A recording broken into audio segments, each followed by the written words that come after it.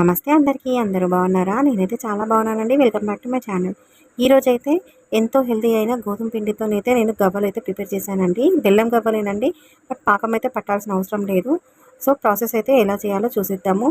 చూసే ముందైతే నా వీడియో కనుక నచ్చినట్టయితే లైక్ చేయండి, నా ఛానల్ని సబ్స్క్రైబ్ చేసుకోండి. ఫర్దర్ నోటిఫికేషన్స్ కోసం బెల్ ఐకాన్ ప్రెస్ చేసి ఆల్ అనే ఆప్షన్ని యాక్టివేట్ చేసుకోండి. ముందుగా 1 కప్పు గోధుమ పిండిని అయితే జల్లించుకున్నాను. దాంట్లోకి 1/2 కప్పు గోధుమ రవ్వని వేశాను. ఆ తర్వాత కొద్దిగా సాల్ట్, కొద్దిగా వంట సోడాని యాడ్ చేసేసుకొని 1 కప్పు గోధుమ పిండికి 1 కప్పు బెల్లాన్ని అయితే ఇలా కొద్దిగా వాటర్ వేసి స్టవ్ పైన పెట్టి అది కరిగేలోపు ఇలా పిండిని అయితే మనం కలిపేసుకుందాము. పిండిలోకి కొద్దిగా నెయ్యిని యాడ్ చేసుకొని ఒకసారి మంచిగా కలుపుకోవాలండి. పిండి ఇలా మనకి చేతితో ముద్దలాగా చేస్తే పొడి పిండి ముద్దలాగా రావాలి. అలా అయ్యే వరకు అయితే నెయ్యిని యాడ్ చేయాలి. నాకు ఇప్పుడైతే ముద్దలాగా రాలేదు కదా, ఆ తర్వాత ఇంకొద్దిగా నెయ్యిని కూడా యాడ్ చేశాను. యాడ్ చేసి ఇలా ఒకసారి ముద్దలాగా చెక్ చేసుకున్నాను. ఇప్పుడు కొద్దిగా ముద్దలాగా వచ్చింది. ఇప్పుడైతే మనకి బెల్లం కూడా మొత్తం కరిగిపోయింది కదా. ఇప్పుడు ఈ బెల్లం సిరప్ని ఇలా టీ స్ట్రైనర్తోనైతే వడగట్టేసుకుంటే ఏమైనా డస్ట్ పార్టికల్స్ ఉంటే వచ్చేస్తాయి. ఇప్పుడు ఈ పిండిని అయితే మనకి ఇప్పుడు బెల్లం పానకం అయితే కొద్దిగా వేడిగా ఉంటుంది కదా, సో అందుకే స్పూన్తో అయితే ఇలా కలిపేసుకుంటూ మనం క్వాంటిటీ అనేది చెక్ చేసుకుంటూ అయితే కలుపుకోవాలి. సేమ్ మనకి చపాతీ పిండి ఎలా కలుపుకుంటామో అలా కలుపుకోవాలి. కొద్దిగా చల్లారాక చేతితో ఇలా కలిపేసుకుంటే మనకి సేమ్ చపాతీ పిండి కలుపుకున్నట్టే కలిపేసుకున్నాం కదా.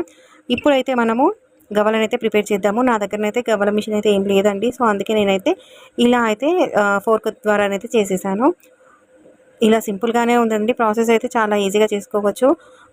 1 వీక్ 10 డేస్ వరకు అయితే మనకి ఈజీగా నిల్వ ఉంటాయి. వర్షాకాలం కదా, కొద్దిగా మెత్తబడే ఛాన్సెస్ ఉంటాయి, కానీ టేస్ట్ అయితే చాలా అంటే చాలా బాగుంటాయండి. నేనైతే ఈ గవ్వలనైతే మా బాబుకి స్నాక్స్లో పంపిస్తేనైతే వాళ్ళ ఫ్రెండ్స్ ఇంకా వాళ్ళ టీచర్ వాళ్ళైతే చాలా బాగున్నాయని చెప్పారంట. మీరు కూడా ఇదివరకు ఎప్పుడు చేయకపోతేనైతే ఒకసారి అయితే ట్రై చేసేయండి. ప్రాసెస్ అనేది చాలా ఈజీ అండి. పిండి కలపడం ఇలా వేయించుకోవడం అయితే ఈజీయే, కానీ ఈ మన గవ్వలు ప్రిపేర్ చేసుకోవడమే కొంచెం టైం టేకింగ్ ప్రాసెస్. ఒకసారి అయితే మనం కూర్చొని ఇలా నిదానంగా చేసేసుకుంటేనైతే సరిపోతుంది. ఇలా ఇంట్లోనే మనం స్నాక్స్ చేసి పెట్టడం వల్ల పిల్లలైతే బయట ఫుడ్కు కూడా అలవాటు పడరండి.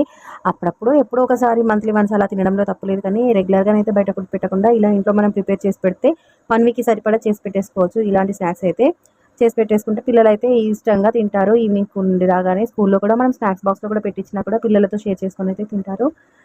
అంతే కదా. నా వీడియో కనుక నచ్చినట్టయితే లైక్ చేయండి. Thank you for watching.